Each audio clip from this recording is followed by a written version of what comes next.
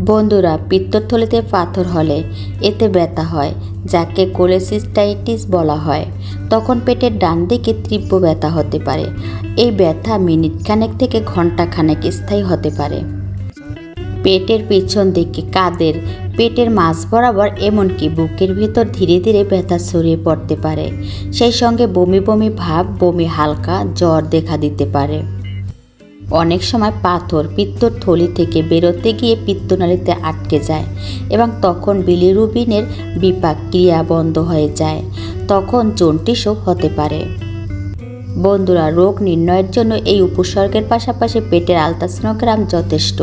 পাথরের অবস্থান জানতে বা প্রয়োজনে বের করতে ERCP জাতীয় পরীক্ষা করা যেতে পারে।